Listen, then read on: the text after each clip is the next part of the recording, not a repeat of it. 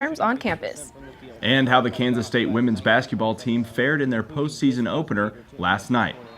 Ranky, the all Big 12 freshman, posted her first career double-double on the night with 17 points and 10 boards.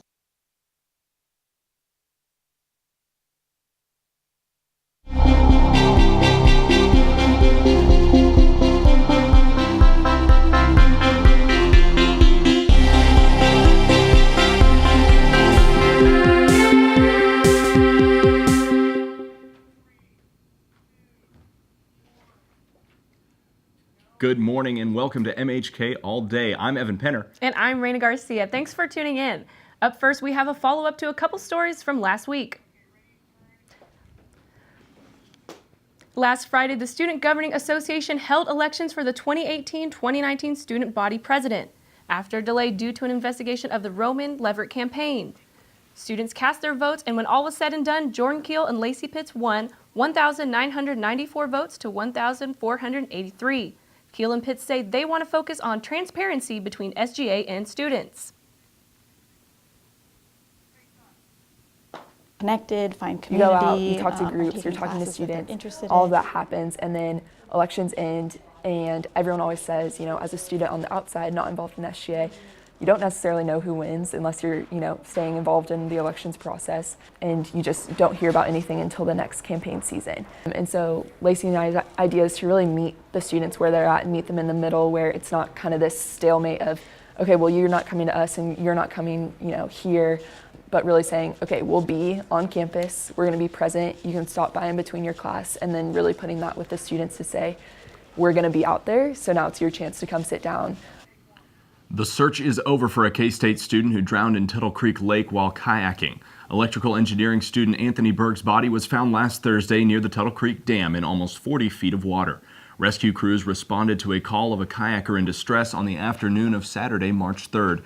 While they were on the scene before he went under the surface, they were unable to reach him. The search for his body began soon after, but bad weather hampered recovery efforts. In a joint operation by the Kansas Wildlife Parks and Tourism Department and the Army Corps of Engineers, Berg's body was located and retrieved.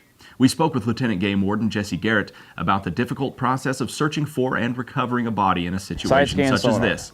However, it's always important to remember that preventative measures are the most important for ensuring safety on the water. Works the best for us. Every tournament fisherman has these things. They look for fish, they find fish, but they also work for us to see things on the bottom. In this case, a life jacket left on the entire time, he probably would have been rescued. Most, I would say 90+% of our drownings, fatalities that we have every year could have probably been prevented with have everybody wore a life jacket. Kansas State University may be seeing further increased tuition costs and student fees. Channel 8 reporter Joshua Yankovic went to investigate. College enrollment is down across the nation. Combine that with a decline in federal funds, K-State is looking for ways to fill the void. As a public land-grant university that's been around for over 150 years, K-State receives funding from the government, but over the decades, state support has declined, according to K-State's Chief Financial Officer, Cindy Bontrager. And so what we've seen over the last few decades is a decline in that state appropriations. And so as you look at our budget, total budget has been growing. And this is a very complex issue because we have been growing in grants and research contracts that come to the institution, work that's done from our faculty. And it's important to that land grant mission because they're out there discovering new knowledge. Student fees might be increasing, but not in all areas. Thanks to strategic planning, the university has prepared for times such as these. As the Assistant Vice President and Associate Dean of Student Life, Heather Reed works closely with students to provide quality services. With a decline in enrollment, that automatically makes an impact on the number of dollars that the privilege fee brings in each year. And the SGA privilege fee is the amount of money that students allocate to different offices here on campus that provide direct services to students. Before buying books or paying rent, students this year paid an average of $9,500 in student fees. So just what is that money paying for exactly? K-State enrollment fees can be split into three areas. Privilege fees, which fund various services to students. regular student fees, which provide payroll and funds for on-campus staff and services. At the end of the summer, the rain just ended. Controlled fires can turn into wildfires, but other things can cause wildfires as well, like lightning, stray cigarette butts, or anything sort of similar. Sparks from a campfire or sparks from your car on the road. Charcoal and things that have burnt, to you and I, seem like there's no threat. But over time, that wind and that dryness will take that little ember and reset a fire. Controlled fires are used to help prairies grow back stronger and lusher the next year. But sometimes high winds, as Kansas is known for, can get them out of hand. It's really important to make sure if you do have an open burn that you take all the necessary precautions to make sure it's fully out.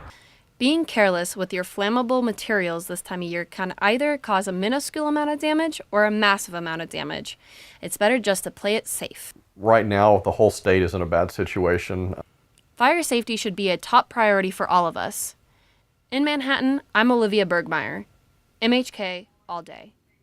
As we transition from winter into springtime, wildfires become more prevalent. So if you need more information, visit www.kansasforests.org. A fun way for students to blow off some steam took place last Monday night when K-State's Union Program Council put on an open mic night at the Student Union. Jason Clapp attended this event to get more details. At UPC's open mic night, the performances varied, but included things such as singing, poetry, and stand-up comedy. Open mic night is for anybody that wants to come and express themselves through their performances. Open mic night, I think it's important because it allows people who aren't necessarily always going to take the time to fully develop whatever thing they're interested in, but it still gives them an outlet that they can go and they can perform for other people and expose that part of themselves. The open mic night gives the opportunity for anyone to come and perform for any reason. It is a spot for amateurs and professionals to meet on the same stage. And while a majority of the performances were singing, there was also other acts, such as new comedians looking to perform for the first time. I have been interested in comedy for quite a while, and there are a lot of good opportunities like improv troupes and whatnot here. But having this opportunity to come out and have the open mic was really nice. It gave me a good opportunity to, perform in front of a crowd. Adult content is allowed in all performances, but all performances by participants were subjected to union and university policies.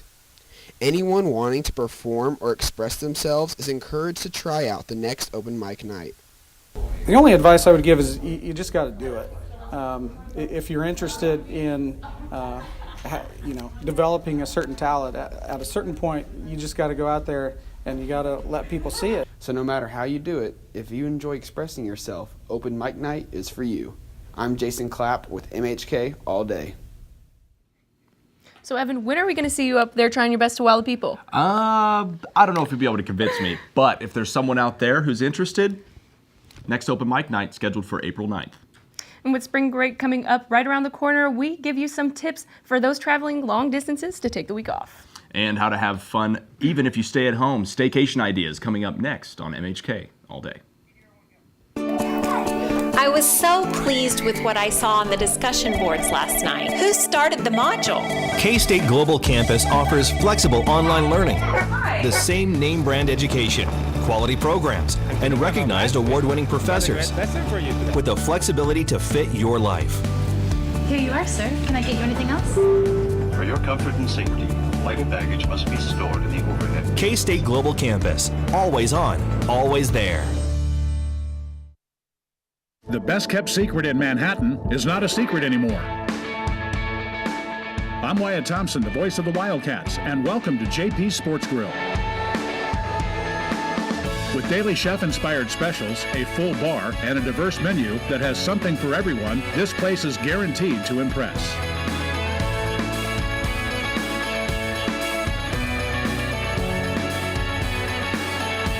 JP Sports Grill, your new favorite spot. I'm Kathleen from Mining, Germany. I'm Ginger from Overland Park, Kansas. I've traveled to London and saw the Parliament, studied in Mexico City, spent the summer in Austria, Went skiing in the Alps. Oh, and I visited the Eiffel Tower in Paris. Well, I've been to the world's largest ball of twine. Can we go? Of course! Become an international buddy today and develop new friendships and experience different cultures. Up next, the world's deepest hand-dug well. Is it near the Grand Canyon?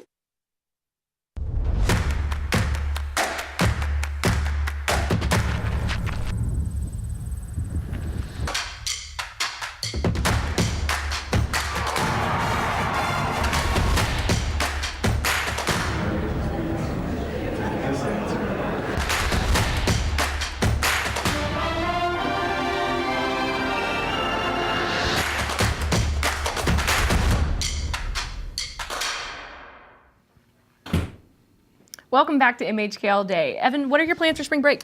I am taking a road trip down to Florida with my family, and we're leaving today, and it is going to be a long drive. Well, I do not envy you on that car ride, but our very own Blake Reed has some tips and tricks to keep you safe on the road, like on road trips like Evan's. The time of year has come. It is finally time again for spring break. With spring break comes fun road trips with family and friends. Whether you are traveling across the country or just across Kansas, you'll need to know how to make sure that you get you and your passengers to your destination safely. There are many precautions that you can take to make sure you get to your destination on time and don't end up broken down on the side of the road. The first precaution, and maybe the most important, is to make sure that you are up to date on your oil change. With most cars, it is recommended that you change your oil every 3,000 to 5,000 miles. If you're up to date on your oil change, the next step is to check your oil levels. Checking your oil levels is very simple. First, park your car on a flat surface, pop your hood, and then locate your dipstick. The dipstick should be around the middle of your engine bay, but if you cannot find it, refer to your owner's manual. Now the next thing you'll want to do is to take your car's dipstick to check your levels. Now most cars' dipsticks are pretty similar. The top notch represents the maximum level of oil and the bottom notch represents the minimum. Ideally, you want to be right in the middle of this. If you're not, you should probably add some more oil. And if you don't know what type of oil your car needs, check your owner's manual. If your oil is looking good, you are off to a great start, but before you take off, you should check a few more things. Checking to make sure that your tires have good tread and are at around 30 to 35 psi will help prevent blowouts and will also help improve gas mileage. Also, making sure that your battery is working properly by making sure that there's no corrosion on the terminals. Also, in case of emergency like an accident or medical issue, you should always be prepared with a flashlight, blanket, first aid kit, and some basic tools. If you have done all this, you are off to a great start, but it's never a bad idea to take your car into a shop for a checkup. From Manhattan, Kansas, I'm Blake Reed, MHK All Day. Well, hopefully those tips can keep you and your family on the road and not in the repair shop. Yeah, that is the plan, but for those of you not traveling this break, there are plenty of fun spring break ideas in and around Manhattan. Callie Ogborn explored a few earlier this week. As some students head to exotic locations for spring break, I'll be staying around Manhattan for a much-needed rest. Here are some ideas for a local staycation. 9 miles outside of Manhattan, Pillsbury Crossing is a flat limestone formation used by homesteaders during the mid-1800s to help their covered wagons cross Deep Creek. I've spent many fair weather days at this idyllic crossing, but if you've never been, this next week is a great time to check it out. And on the way back into town, Chris Barr's cabin is along the same road, if you're historically inclined like me. Wildwood Outdoor Adventure Park is another possible spring break activity with 7 zip lines stretching across deep valleys in the Flint Hills, not to mention the terrifying freefall. It's hard to find something that families can do together, and we kind of have a mission statement, I guess you could call it. Our goal is to get families outside into nature together. As for me, I'll be spending my break outside in nature, camping with my friends. Pottawatomie State Lake No. 2 is only 15 minutes from Manhattan and offers fishing, camping, and hiking opportunities. With any luck, I'll be all rested up by the time spring break is over. For MHK All Day, I'm Callie Ogborn.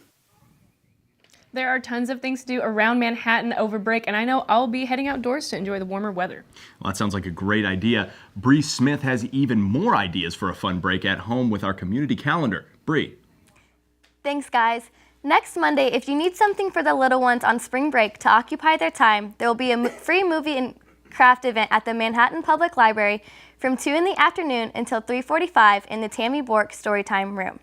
For the adults in the room, check out the Off the Hook Bra Crawl on Tuesday, March 20th, with drink specials, brand new bar games, and a chance to win some prizes. It will be a fun time at the Gaia Salon from 5:30 until 8:30 in the evening. All proceeds from the event will benefit Johnson Cancer Research Center at Kansas State. Early next week, the Kansas State baseball team plays their final home games before the Big 12 regular season begins. Next weekend, the Wildcats take on Austin Peay Tuesday at 6:30 in the evening, and on Wednesday at noon, they will play the second game of the back-to-back. The Wildcats enter the weekend with a record of 10-6.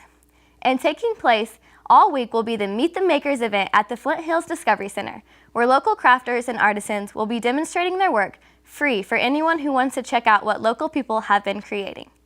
The event starts on Monday and will run every day next week from 10 a.m. until 5 in the afternoon until the final day on Friday. On Saturday afternoon, be sure to take advantage of Community Appreciation Day at the Sunset Zoo with free admission for all visitors of all ages from noon until close. Back to Evan and Raina at the desk. Thanks, Bree. Coming up, a recap of K-State baseball earlier in the week. And how the K-State women fared in their NIT matchup with St. Louis last night.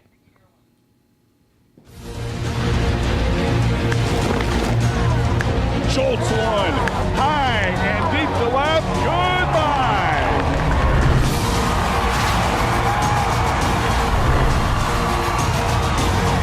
Shot to right, K-State's going to try and score two. Another play at the plate, but this time Brennan slides past the tag.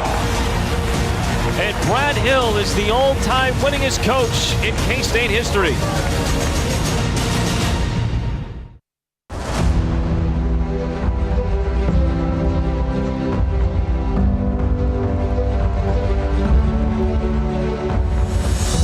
Spot that I love full well. 'Tis not in forest, nor yet in dell.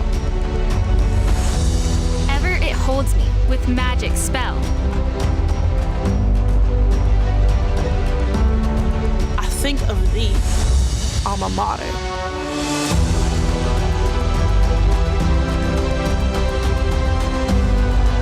We'll carry thy banner high.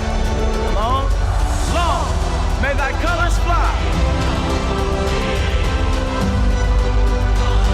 Loyal to thee, thy children will swell the cry.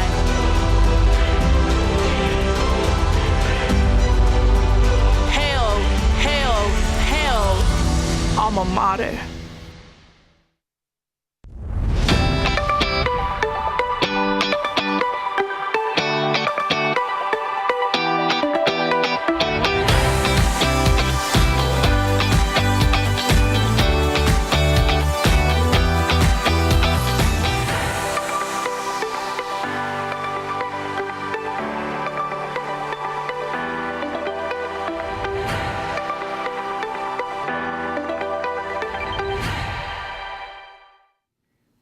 The NCAA tournament is in full swing, and K-State's season could hinge on tonight's contest. But did K-State women keep their season on track last night against St. Louis? Braxton Jones has the answer. Thanks, Evan. Leading off, the season is still fairly new for the K-State baseball team. The Bad Cats were sitting at a comfortable 10-5 heading into Tuesday when they hosted a non-conference opponent from the north, the Creighton Blue Jays. The woes started early for the Cats as the Blue Jays scored 2 runs in the top of the first, courtesy of 2 Wildcat errors. The former of the 2 coming off the bat of Will Robertson with this shot down the left field line and then a routine ground ball. Unable to get the clean exchange across the diamond, the Cats simply shooting themselves in the foot. They would try to bounce back here with a Will Brennan crossing the plate, courtesy of a Rainer Osmus single. They played catch-up all game. They were not able to keep up with the Creighton Blue Jays. They tied the game in the bottom of the third with a 2-out rally from TK McWhirter and Osmus again, each putting the ball in play, but that'll be as close as they would get. The Blue Jays go on to roll to a 13-3 final. It's the most wonderful time of the year in college hoops, that is. No, there aren't any jingle bells or mistletoes to stand under, simply champions to be crowned. The name of the game, survive and advance. Both K-State men's and women's teams are looking to make deep postseason runs kicking off this week. As always, ladies first, the Wildcats hosted the WNIT opener last night. MHK All Day sports reporter Thane Benoit has the coverage. For the 8th time in the last 9 seasons, the K-State women's basketball team advanced to postseason play. No stranger to the WNIT, having played here in 2015, the Cats look to bring home the hardware, something they haven't done since 2006. Tonight was all about the terrific trio of Kyla Goff, Peyton Williams, and Rachel Ranke. Williams led all scorers with 21 points, shooting 50% from the field, followed by Goff, who added 19 points of her own, including this buzzer beater to end the first quarter. Ranke, the all Big 12 freshman, posted her first career double-double on the night with 17 points and 10 boards. It was kind of a grinded game early. Just offense was hard to come by. We felt like coming into the game we needed to get to the free throw line. That was one of the things that I thought we did fairly well tonight, was get to the line. I thought it started with Shea. Rachel ends up with a double-double. She's been rebounding better since January. I mean, she's really made an emphasis, I think, to rebound better. She understands. We've set her to the offensive glass more recently. She's done a good job there, so pretty solid. With the win, the Cats advance to the second round of the WNIT, facing the winner of the Utah and UNLV matchup. That game will take place Sunday, right here at 5 p.m. in Bramlage Coliseum. In Manhattan, Kansas, I'm Thane Benoit, MHK Sports. To the men's side, the Cats are in Charlotte. Well, they will open their postseason campaign tonight with a little bit of a family reunion. Drawing a 9 seed in the selection show on Monday, the Cats were paired with the 8 seed Creighton Blue Jays, of course, accompanied by the talents of former Wildcat Marcus Foster. Foster, who was second-team All-Big 12 as a freshman, led the Cats in scoring before he was dismissed after his sophomore season. One deciding factor for the Cats will be the status of Dean Wade and Barry Brown. Wade was held out of the Big 12 semifinals against KU with an injury, while Brown went down early after being hit in the eye. Both are expected to suit up tonight. You can catch that game tonight at 5:50 on TNT. That's all for sports this week. Back to you at the desk, Evan and Raina.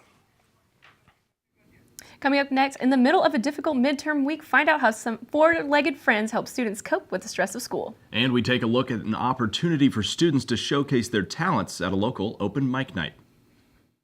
Bases loaded, one out, bottom of the ninth. Cats and Sooners tied at 5, and the Cats trying to win a Big 12 title for the first time ever. Outside, it gets away to the plate. Kansas State has its title.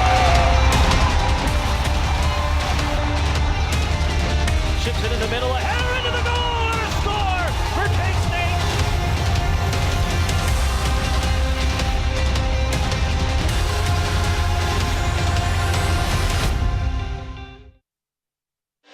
Research. It's applying the bigger picture toward the greater good. Defending the world from adversaries, both seen and unseen. Interpreting realities to unlock solutions. It's our land-grant mission to serve our world utilizing sharp minds, from first-year students to world-renowned experts. What makes research so strong at Kansas State University? Vision. Progress. You.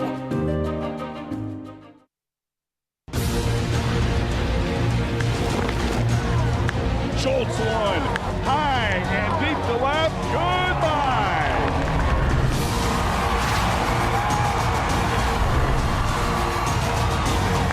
Shot to right, K-State's going to try and score two. Another play at the plate, but this time Brevin slides past the tag.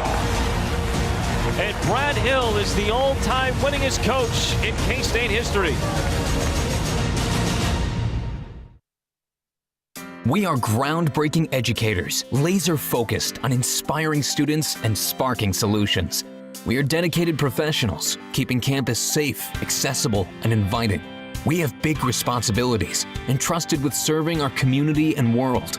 We are Kansas State University faculty and staff, and we have many titles, but one vision: always put family first.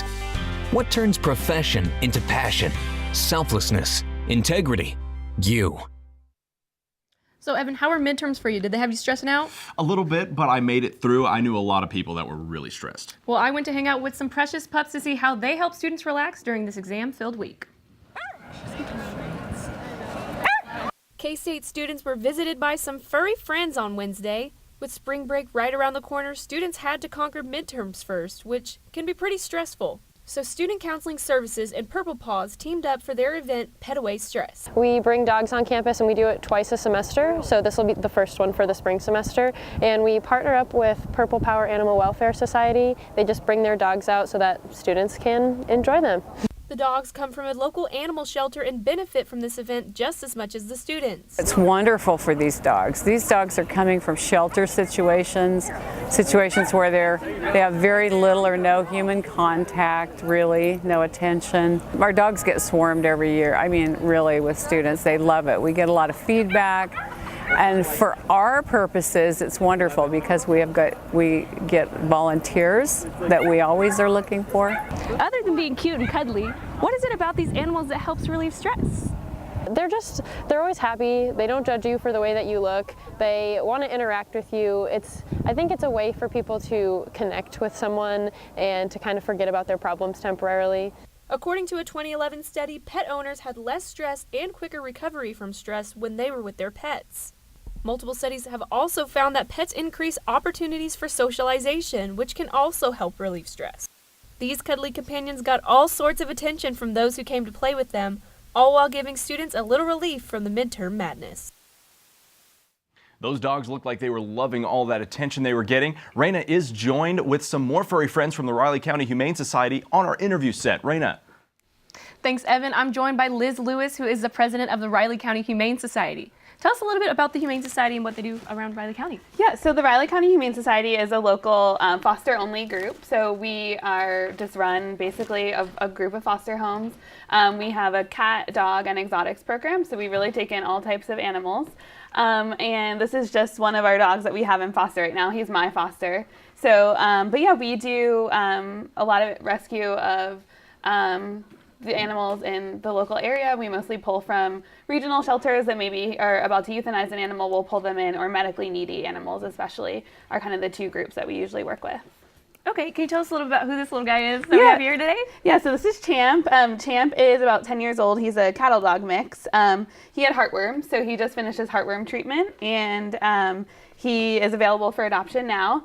So he's doing really well. He really probably never lived inside before, so we taught him the way of the indoors, and he's really adjusted well. So we're hoping to find him a new home soon. Awesome. And so if anyone's interested in volunteering, how can they get in contact with you guys? Yeah, so our website is rchsks.org. They can always email us as well, so all that information is on our website. And we have lots of volunteer opportunities. We're always in need of fosters. The more fosters we have, the more animals we can help. Alrighty, well, thanks for joining us today. That's all the time we have. Have a good week. Thank you.